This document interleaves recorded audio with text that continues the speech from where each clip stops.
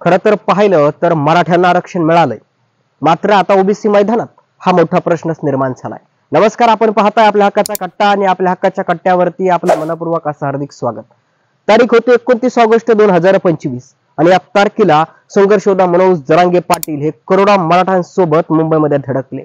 मराठ्यांची लाट मुंबईमध्ये हुसळली आणि मागणी एकच होती, मराठ्यांना ओबीसी मधून आरक्षण मिळावं. आझाद मैदानावरती मनोज जरांगे पाटील हे खरं तर उपोषणासाठी बसले आणि पाहिलं तर 5 दिवस उपोषण चाललं. त्यानंतर 2 सप्टेंबरला सरकारचं शिष्टमंडळ आलं. त्यामध्ये काही मंत्रिमंडळही होतं, ज्यामध्ये खरं तर पाहिलं तर राज्याचे जलसंपदा मंत्री राधाकृष्ण विखे पाटील हे होते, जे उपसमितीचे अध्यक्ष आहेत.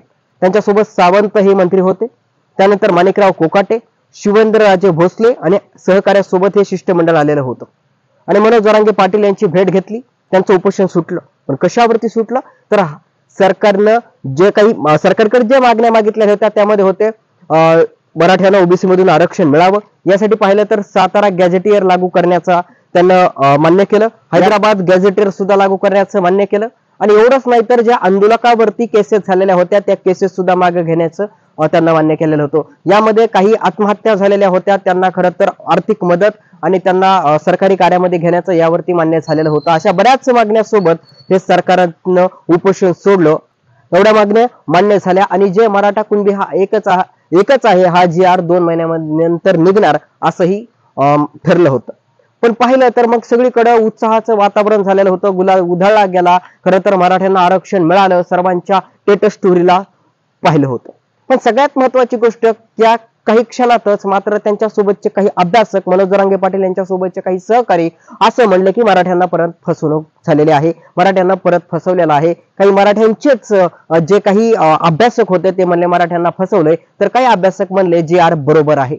मग सगळ्यात महत्वाची गोष्ट, ज्यावेळेस मनोज जरांगे पाटील यांची पत्रकार परिषद झाली, त्या पत्रकार परिषदमध्ये मनोज जरांगे पाटील म्हणले की मराठ्यांना ठाम राहावं. खरं तर मराठ्यांना आरक्षण मिळालेलं आहे आणि ओबीसी मधूनच मिळालेलं आहे, ही ठाम भूमिका मनोज जरांगे पाटील यांची होती. पण आता जर पाहिलं तर याच पार्श्वभूमीवरती ज्यावेळेस सरकारने GR दिला, याच पार्श्वभूमीवरती पाहिलं तर आता ओबीसी रस्त्यावरती उतरलेले पाहायला मिळायला लागतात. यांचं नेतृत्व कोण करत असेल तर लक्ष्मण हाके हे मोरक्या बनून करत आहेत. आता खरंच ओबीसीचं नुकसान होतंय का हा मोठा प्रश्नच निर्माण झालाय. पण पाहिलं तर बारामतीमध्ये काल एक सभा झाली, ज्या सभेचं नेतृत्व लक्ष्मण हाके हे करत होते आणि त्याच वेळेस त्यांना बाळासाहेब आंबेडकर यांचा सुद्धा फोन आलेला होता. आज त्यांची गेवराईमध्ये सभा झाली. आता ओबीसी सुद्धा मैदानावर उतरलेले आहेत.